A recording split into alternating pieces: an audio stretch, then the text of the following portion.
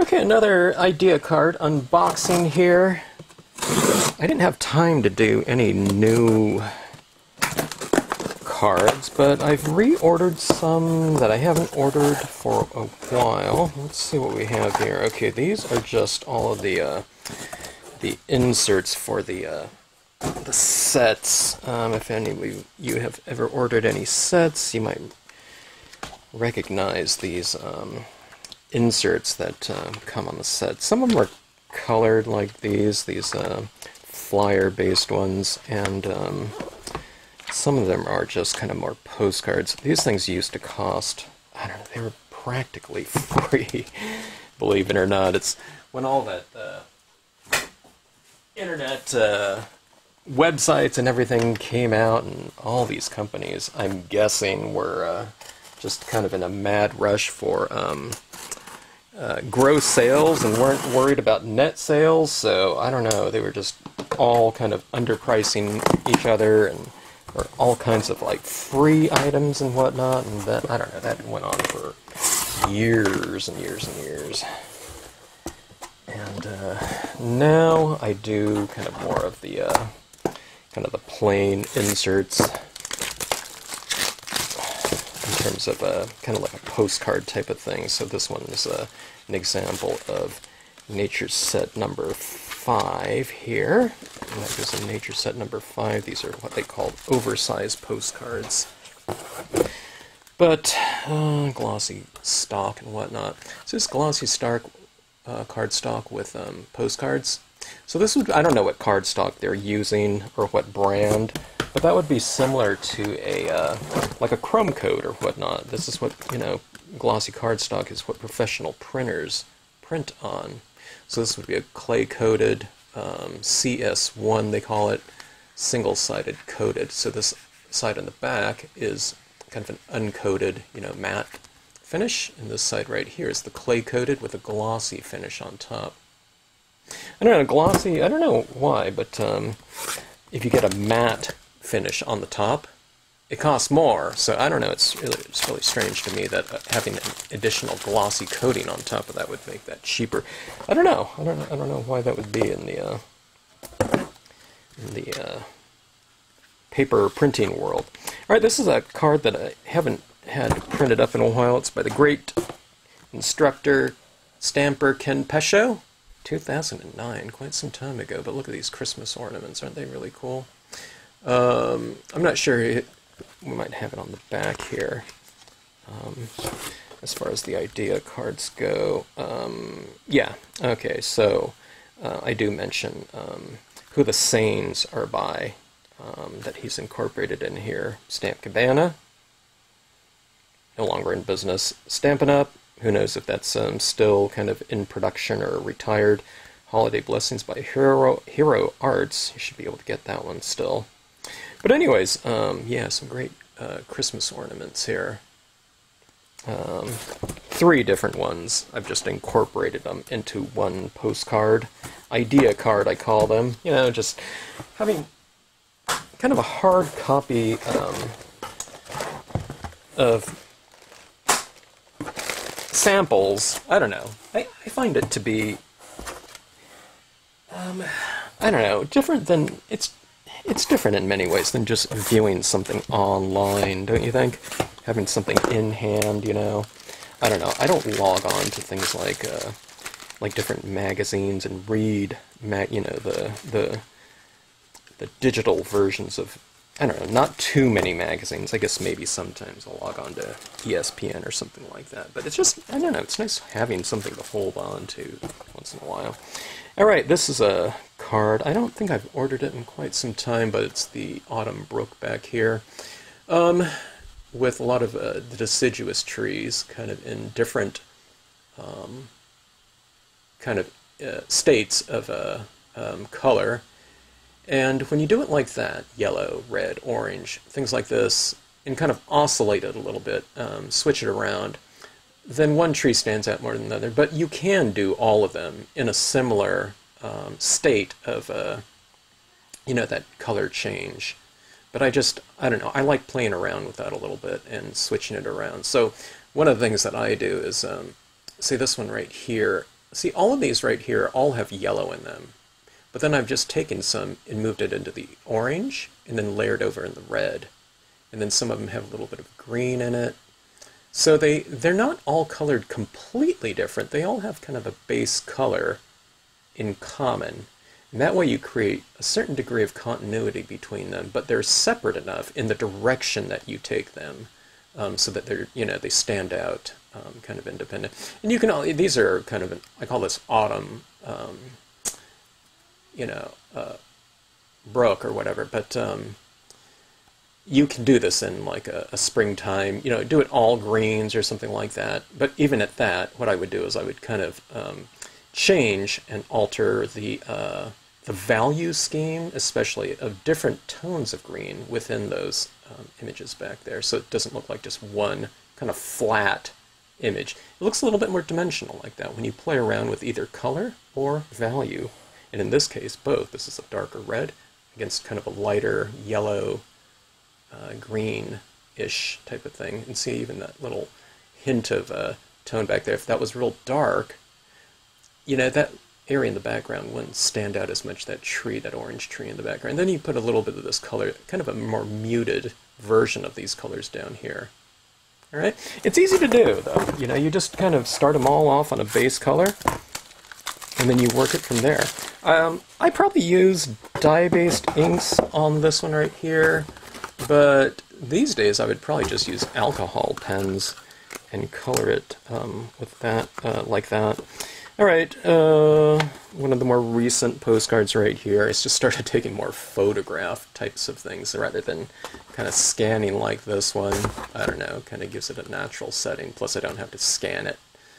But spring on the lake, single light source like this, but check this out. There's that oscillation of light and dark in here, right? So you can notice the green area in here, the grassy areas, but also in that little cabin right here. See this right here where it goes dark, light, dark, light, dark.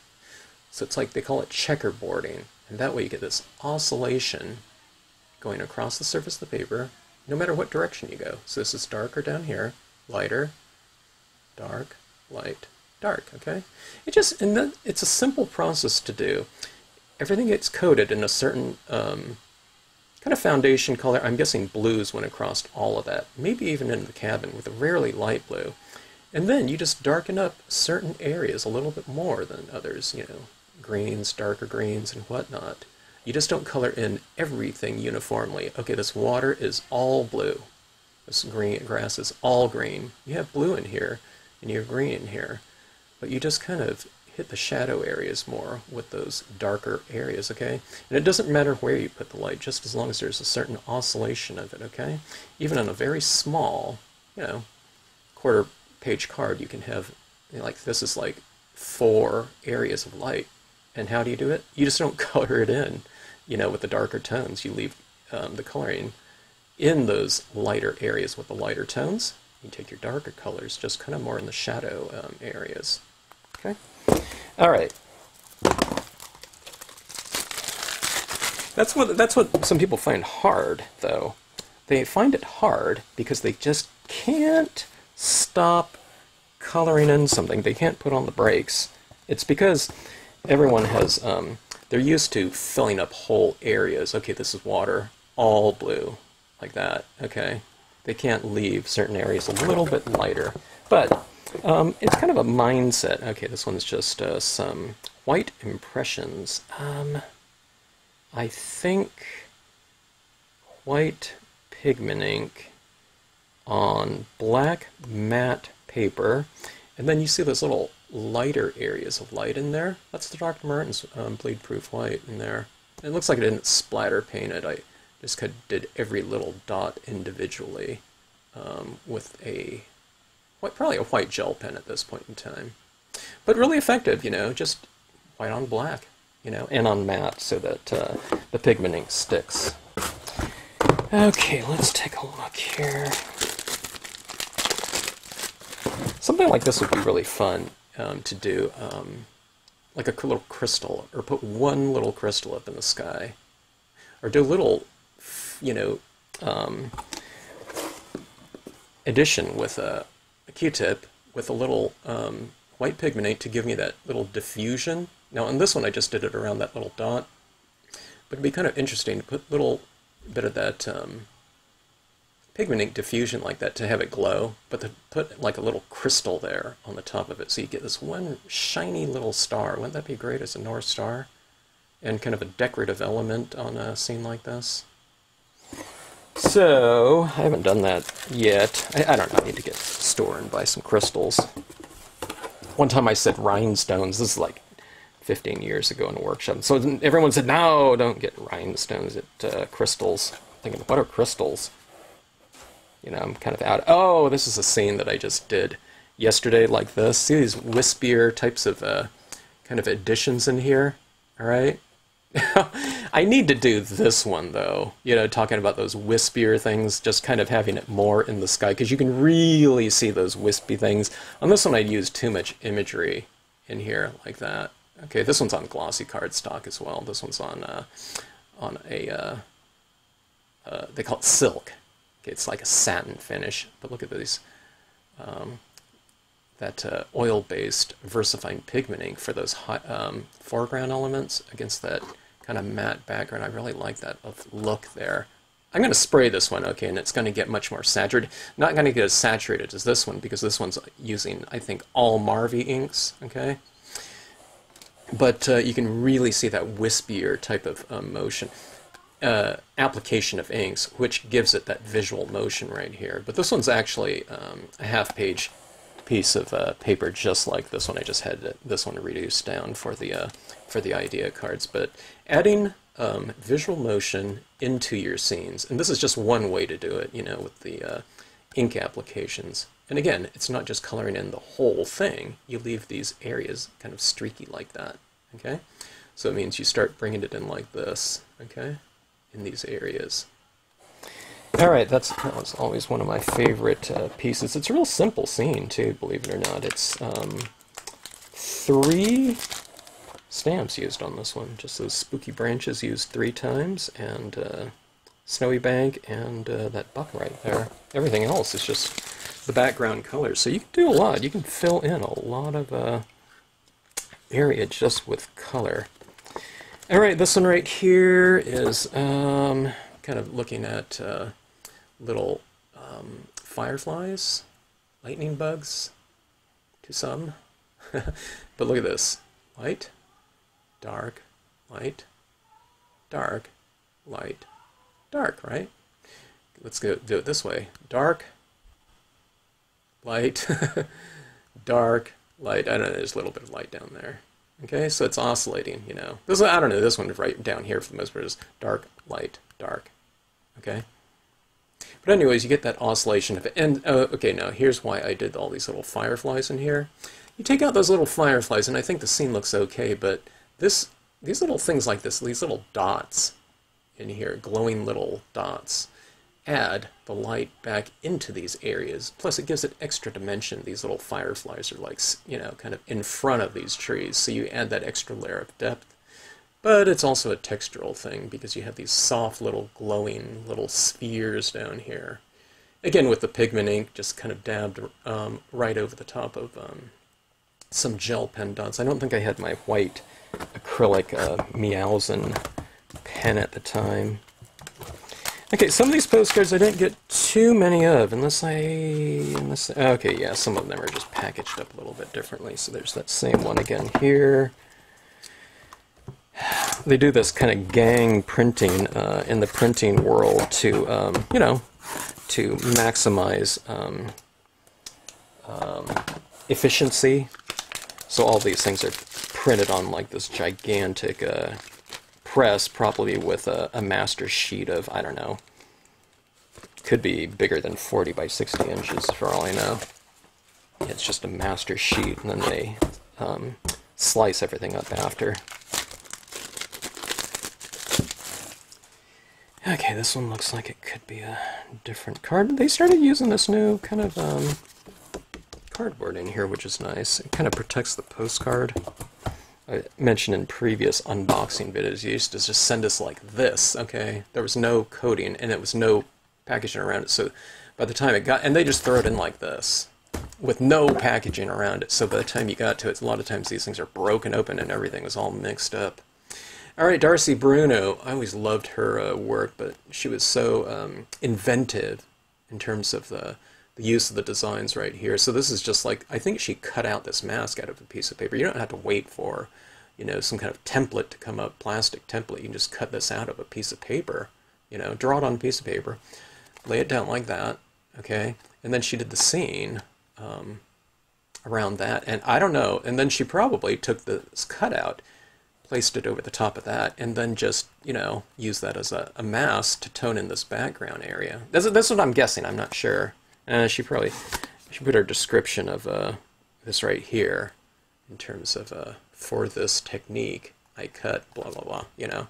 Fantastic stamper and instructor at a former store in New York, but she did 2 of these Halloween scenes, but this is using Eerie Moon. The bat is by a different company, Hero Arts again. Love Hero Arts. One of the first companies to use the labels on top of their wood-mounted stamps. Spooky Branch used several times in here, around on the entire perimeter. But and that's the Cloud Cumulus down here. Just a fantastic looking card. Isn't that an awesome looking Christmas card, though? I mean, Christmas Halloween card. Okay, let's see here. I don't even remember what I ordered. Vistaprint comes out with these sales, and that's really when you have to order these things. As the sales aren't even that great of a price these days, but Seaside Cove down here, one of those things, like you couldn't tell where the sky ended and the, I don't know, whatever, the earth began or whatnot. Taken from Forrest Gump.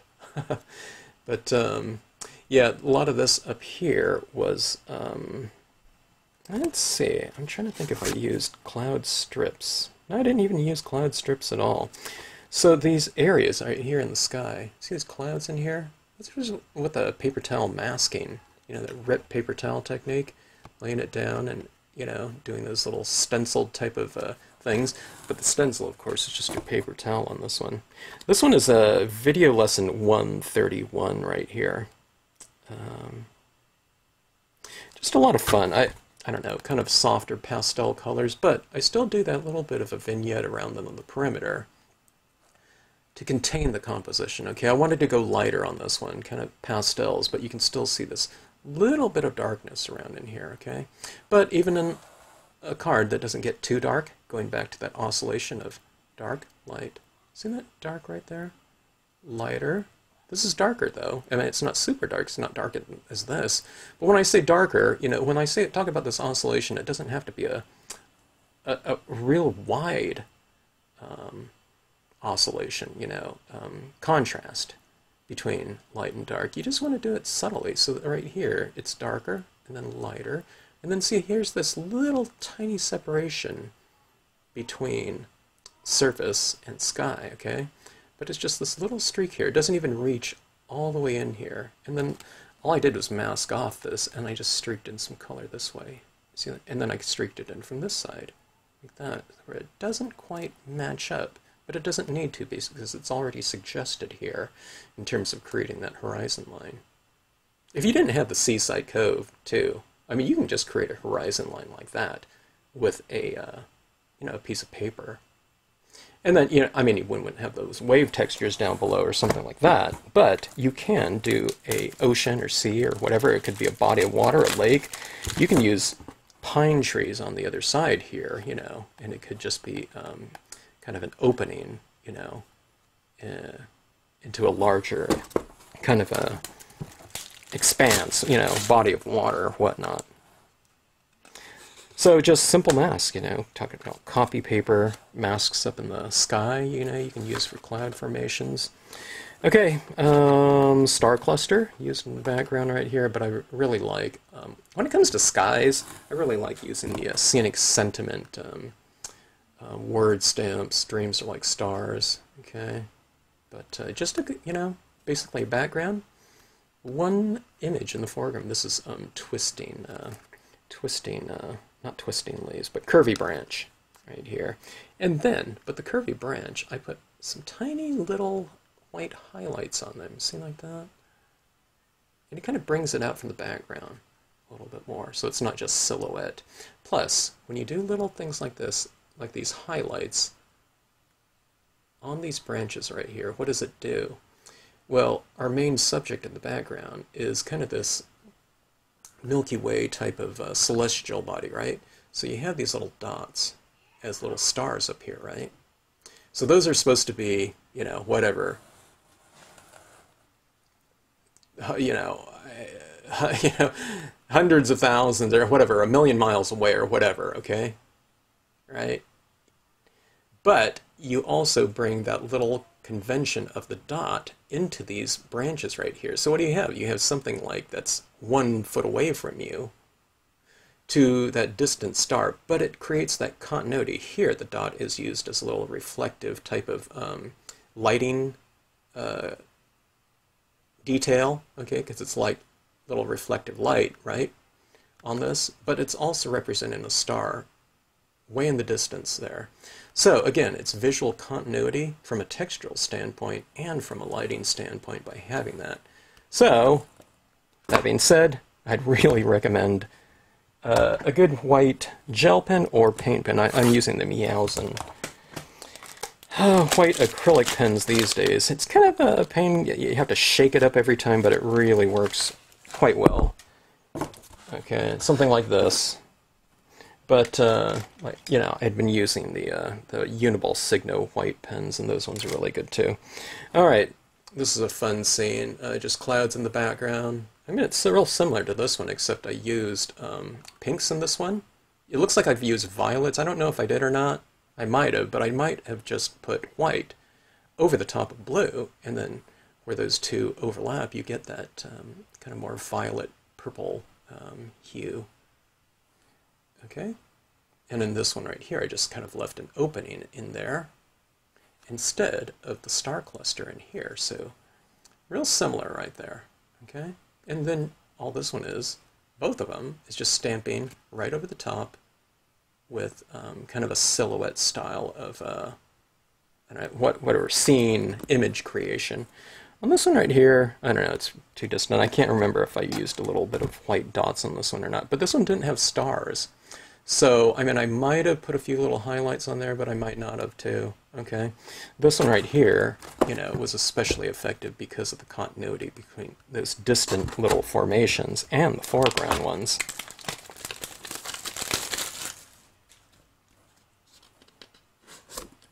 I don't know what the lesson of this video is, but it's white dots can be very effective. You know, talking about white dots. This one right here is just using the you know, the splatter painting technique of the Dr. Martin's bleed proof white. So again, here it is with these little dots here, but doesn't that texture in here make it a little bit more interesting? Okay, this one's photo stamping right here with the covered bridge. Check out these little tiny highlights in here. Now this one where I'm doing those fall types of colors, you can really take advantage of the different color gel pens. Like a tan, yellow, light green in here. But it kind of makes it kind of sparkle a little bit, you know, these little highlights in here. And then that white pigment ink in here kind of creating a little bit of foggy technique. But this is all been stamped on top of a photo print of clouds, I think it was. Alright, this one was kind of more of a sunsetty one, so you had all those little bit of warmth in there, but this is mostly colored in with alcohol pens. And this one is video number 430. If you're ever looking for photo stamping and you don't know what I'm talking about, just look up, you know, you can go to YouTube. Even if you can't find a specific one, all you do is just list in the search parameters Stampscapes photo stamping, and it'll bring up all the scenes that I've photo stamped on, you know, which isn't a ton, maybe 10 or something like that. Alright, someone posted a inspiration photo on the Facebook Stampscapes group, and it was kind of this, I think it was Mount Fuji or something like this, but it was a forest of kind of a springtime, I don't know, they probably cherry blossom type things. So that was my kind of inspiration photo to do this one. And I hadn't really done kind of pink foliage before, but I've done it since then. But this one was the first, so I've used a lot of these pink gel pens here. So you use a range of those pens in there. Don't just use, I mean, if you have them, you know, so pink, violet, and white, okay? But that was a real fun kind of learning experience for me. You know, because when you're doing kind of these fantastic colored types of things, and they're not unrealistic because, you know, that's what cherry blossoms look like, but it's kind of breaking out of the I don't know, the mold, so to speak, you know, thinking about trees in a certain way. And it's really good to look at photos. A lot of people post photos, kind of inspiration photos, which is really good on the Stampscapes group on Facebook. You know, one of the great things about being able to post things, you know, someone sees a photograph they like and they post it. And, you know, some people try to, you know, attempt to do it, including myself sometimes. I've learned a heck of a lot from trying to replicate kind of color schemes of photographs. And then you can utilize it going forward. It's not just trying to replicate the one scene, but you kind of develop your techniques for certain types of, you know, color schemes, lighting schemes, skies, and whatnot, in that type of exercise. Okay, but anyways, some new idea cards, and I needed these really soon because I was running out of the previous batch. I didn't order too many of these ones. A lot of times I order 250, but I have these will be going out with you know, the next 100 orders or so. These are in stacks of 100, so it won't last too long. But anyways, always love to get a new batch and have something to send out to people that might not have these ones or whatnot. I usually get these in rotation, so I don't know, heading out to stampers around the world and whatnot. Okay, thanks for watching. Hope you enjoyed it. If you have any questions, drop me a note in the comment section.